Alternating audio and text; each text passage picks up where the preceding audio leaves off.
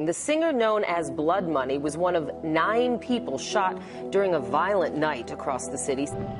Blood Money went by the name of Mario Hess. That's his real name. His family is in shock this morning. They can't believe he's dead. It was just 2 weeks ago that he signed a record deal with a company out of Los Angeles. Now, this is him, a 30-year-old father of 5. What about Blood Money, bro? Did you know Blood Money? I used to see Big Blood around when I used to slide to the front. Yeah. Why do you think people was hating on Blood Money? Man, look, see, I'm gonna keep it straight funky. That shit was straight back though. Folks them killed T-Roy and Von killed that nigga. No matter what the fuck else, and look, I might be saying it in a harsh way, but I'm no way in no form of fashion trying to be disrespectful to Blood. Rest in peace to Big Gang. Niggas was backdooring. That's why I'm speaking out on the shit. I don't want nothing. First Street know what's up. They know that it's been some shit going on. Police say for around years. 9:30 last night, the two were shot in the 5600 block of South Elizabeth Street. Hess was there visiting his family. Friends and family say he just returned from Los Angeles, where he signed a contract with Interscope Records. Hess was recently featured in one of rapper Chief Keef's hit songs. The two were also cousins. And my homie think I killed this cousin, well, oh well. Salve, Thugs! Apesar de não ter ficado muito tempo na indústria musical, King Von é considerado por muitos como uma das grandes lendas do drill em Chicago. Mas muito antes de ser reconhecido pelas histórias que contava nas suas músicas, ele era bem mais conhecido nas ruas, e muito mais ainda nos guetos de Chicago. Isso porque ele era Joe Black, um complexo de apartamentos em Chicago, com algumas histórias boas e outras nem tanto. Além do King Von, Chief Keef, que basicamente popularizou o drill na indústria, também era conhecido por ser Joe Black. Os dois, inclusive, eram muito próximos, já que moravam no mesmo complexo desde que eram apenas crianças. É possível encontrar por aí algumas fotos dos dois quando eram mais pequenos.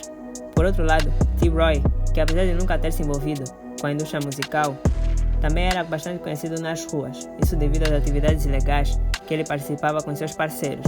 Em um certo momento, enquanto King Von estava preso, T-Roy e Chief Keef eram melhores amigos e estavam sempre juntos. Mas esquecendo um pouco isso, você sabia que King Von e T-Roy são considerados como responsáveis pela morte do rapper Blood Money, primo mais velho do Chief Keef? Então, hoje eu vou explicar sobre isso. Mas antes, se inscreva se não é inscrito no canal para fortalecer e deixe o like no vídeo. Agora, bora! Blood Money era o apelido do rapper Mario Hess, também conhecido nas ruas como Big Blow, ou como eu disse, Blood Money. Blood Money nasceu em um bairro conhecido como No Love City Area. Este bairro meio que fica próximo de Joe Black, já que fica localizado entre a Avenida 56 e a 57, ou seja, a Avenida 56. Já o Black está localizada na Avenida 64. Então, a distância entre os dois bairros não é tanta assim. Blood Money representava gangues como Maniac Gangsters Disciples e também era muito chegado a gangues como Dean Mob e a MOM, que significa Money on Me. Blood Money também tinha fortes ligações familiares com a Front Street. Isso também porque Chief Keef, Fredo Santana e Tado são seus primos mais pequenos. Blood Money cresceu sem mãe e sem pai. Sendo assim, ele não teve alguém para guiá-lo quando era mais pequeno. Isso fez com que ele se envolvesse em atividades ilegais nas ruas de Chicago, quando ele era apenas uma criança. Então, crescendo sem ter pai e mãe para educar e ensinar meio que o certo e o errado, Blood Money acabou por ser preso pela primeira vez apenas com 11 anos. Ele acabou sendo pego com substâncias ilícitas e foi enviado para a prisão juvenil por isso, mas saiu um tempo depois. Porém, apenas um ano depois desse acontecimento, e com 12 anos de idade, Blood Money foi pego novamente pelos federais e desta vez foi pego com 90 bolsas cheias de coca branca, ou seja, aquelas farinhas para o nariz. E este crime, junto com seu primeiro que eu citei, sobre quando ele estava apenas com 11 anos, fez Blood Money realmente ficar na prisão, mas agora por 4 meses. Mas no final, esses 4 meses acabaram se transformando em 3 anos e 10 meses de detenção. Isso porque Blood Money estava pegando novas acusações, mesmo já estando preso. Ele simplesmente não parava, mas após completar os 4 anos na prisão, Blood Money foi libertado e voltou para as ruas. Ele acabou por fazer muito dinheiro, mas claro, de forma ilegal. Inclusive, quando Chief Keef era mais pequeno, e antes do Keef conseguir conquistar o seu espaço na indústria musical, ele costumava chegar no Blood Money e pedir por algum dinheiro. Um facto sobre o Big Blow é que ele nunca entendeu na real a nova geração. Isso porque ele cresceu nas ruas, em uma época em que existia uma certa estrutura. Ele vem de uma época em que não se quebrava as regras. e caso você quebrasse, você seria punido. Como no dia em que ele não queria ouvir, estava sendo rebelde e acabou por se envolver em uma treta com outros membros de gangue e acabou sendo perseguido por eles. Blood Money disse que estava correndo e em um momento ele teve que parar devido aos seus problemas com asma e então ele acabou por ser pego. Os outros membros de gangue acabaram por arrancar alguns de seus dentes. Após isso, Blood Money acabou por ficar no hospital por alguns meses e passou até por uma cirurgia. Mas depois disso tudo, ele entendeu o que ele fez de errado. Mas isso porque ele vem de uma época em que as regras tinham que ser seguidas e ninguém podia quebrá-las. Qualquer um que acabasse por quebrá-las sofreria as consequências. Por outro lado, Blood Money foi uma das grandes influências do Chief Keef. Durante a adolescência, Chief Keef costumava ir para o estúdio com Blood Money. E assim ele acabava por aprender muitas coisas com seu primo mais velho. Apesar de que Blood Money estava muito aprofundado nas ruas de Chicago e fazendo dinheiro com isso, o estúdio era meio que o seu passatempo. Mas estando completamente envolvido nas ruas, Blood Money ainda estava entrando e saindo da prisão com muita frequência. Mas a última vez foi quando Blood Money foi preso por portar arma ilegalmente. E ele acabou por sair da prisão no meio da ascensão do seu primo mais pequeno, na indústria musical. Fazer música era algo que Blood Money já estava acostumado a fazer desde que era pequeno. Na verdade, quando ele ouviu pela primeira vez o álbum All Eyes on Me, do Tupac, foi quando ele resolveu entrar no jogo do rap também. Mas apesar de começar no rap, sendo muito jovem, Blood Money não teve a oportunidade de realmente ter a sua explosão na cena, até ele se tornar adulto. Mas antes disso, ele teve que escolher entre o estúdio ou as ruas. De primeira, ele acabou por escolher as ruas para ganhar dinheiro.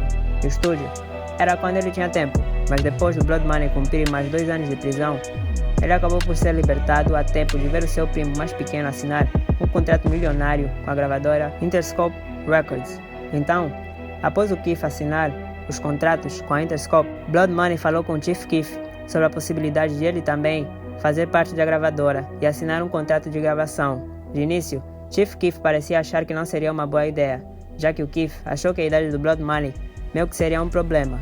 Na época, Keef estava apenas com 16 anos, mas o Blood Money já estava com 30. Apesar do Keef achar que a idade do Blood Money meio que seria um problema, Keef acabou por mudar de ideia quando ouviu uma música que o Big Glow fez com a participação do Fredo Santana. Então, após o Keef ter ouvido esta música, ele viu que o talento do seu primo era muito maior do que a idade e que o Blood Money era bem consistente. Então, após Chief Keef notar a consistência do seu primo, ele levou o Big Glow até a gravadora e deu um jeito de conseguir um contrato de gravação de 6 álbuns para o seu primo. Apesar do Keef ter sido responsável por conseguir o contrato para o Blood Money, foi o próprio Blood Money que conseguiu o contrato devido à sua ética de trabalho, já que a Interscope acabou por dar ao Blood Money 36 horas de estúdio. Big Glow acabou por fazer 26 músicas em apenas 48 horas. Ou seja, ele basicamente acabou por fazer um álbum completo em apenas 2 dias. Sendo assim, a Interscope não poderia recusar a dar um contrato para alguém tão consistente.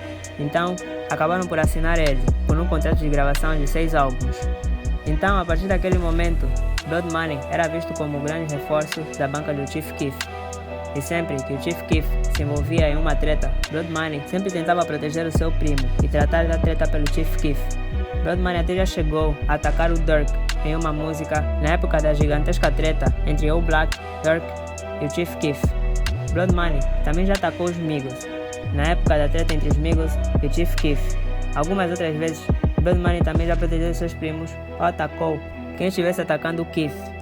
Bem, Big Glow também era bem conhecido por participar de vários roubos em Chicago e aparentemente ele também é conhecido por ter 2 bares, ou seja, ele já tinha tirado a vida de 2 rivais. E isso foi no começo dos anos 2000.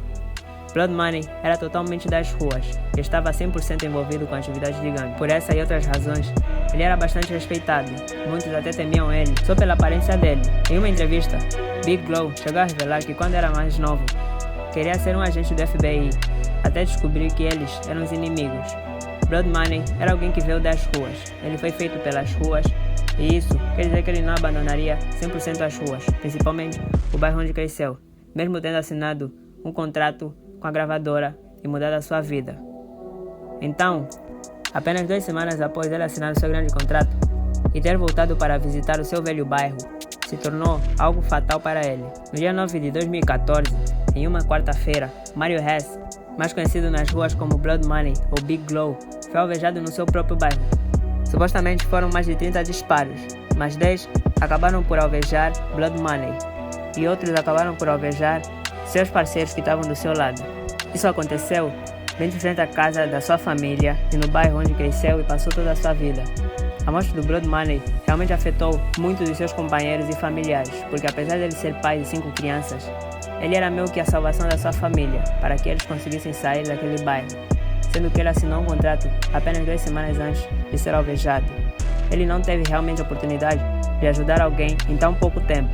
Por outro lado, muitos acham que Gakira Barnes, mais conhecida nas ruas como K.I., foi responsável por acabar com a vida do Blood Money, já que a banca da qual Gakira Barnes fazia parte, a gangue STL e a MOB Gang, estavam tratando com a área do Blood Money, a Front Street, e pelo facto de que, poucos dias após Blood Money perder a vida, Gakira Barnes também acabou por perder a sua vida após também ser alvejada, o que poderia ser considerado como uma retaliação por ela ter alvejado o Blood Money. Por isso, muitos acham que ela foi a responsável. Porém, isso não se encaixa, já que a Gakira Barnes supostamente estava presa quando Big Glow perdeu a vida. Como eu já havia citado, Blood Money, antes de perder a vida, estava sempre protegendo seu primo. Se você tratasse com Keef, então também teria treta com Blood Money. E com certeza, uma das maiores tretas do Keef, até hoje, foi a treta que envolvia o Lil Durk e O Black. O Black meio que começou a tretar com o Keef após ele meio que indiretamente começar a abandonar os seus parceiros amigos de infância de O Black.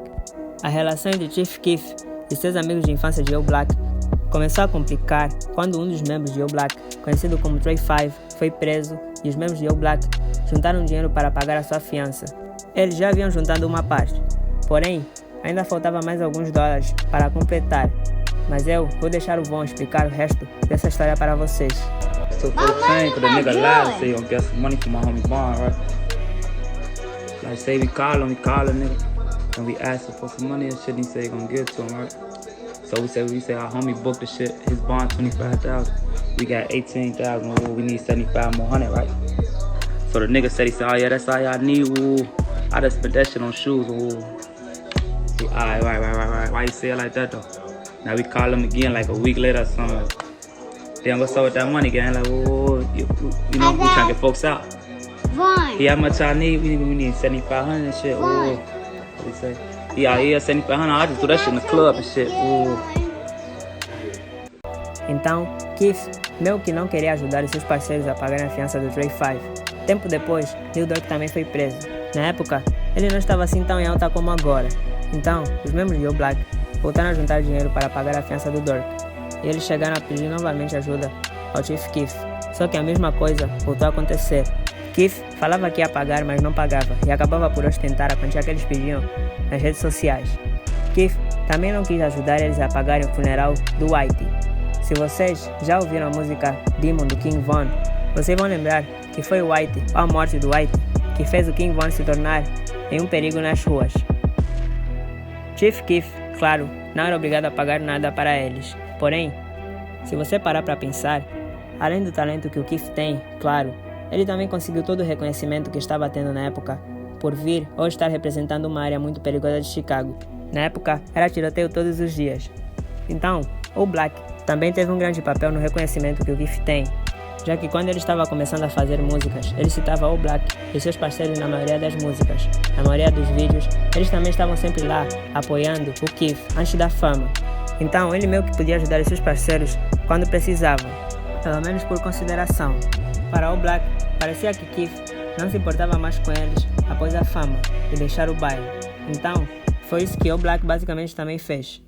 Em um certo dia, os membros de O Black decidiram fazer um roubo na casa do Keef, onde eles levaram joias, roupas caras, entre outras coisas, e também levaram a corrente do Chief Keef. Blood Money, sabendo do que eles fizeram, supostamente baleou C-Murder, por também estar envolvido no roubo. C-Murder também era de O Black, então, quando seus parceiros ficaram sabendo o que o Blood Money fez, decidiram retaliar. E foi aí que T-Roy e King Von entraram na treta também. Os dois supostamente foram responsáveis por acabar com a vida do Blood Money. Há uns meses atrás, o parceiro do King Von, T-Roy, e todos os outros membros, conhecido como J-Hood, que inclusive também vivia em All Black na época e presenciou muitas coisas acontecerem, revelou em uma entrevista que o King Von e o T-Roy foram responsáveis por tirar a vida do Blood Money. Bem, J. Hood provavelmente está falando factos, já que ele na época morava em All Black e era amigo de todos eles. Então, seria algo fácil para o King Von e o T-Roy, sendo também que Blood Money não era de All Black, e diferente do Keef, que cresceu junto com eles, Blood Money não tinha laços com os moradores de All Black, então seria bem mais fácil eles acabarem com a vida de alguém que eles meio que nunca conviveram. E para eles é um desconhecido do que acabar com a vida de alguém que eles cresceram e eram amigos de infância.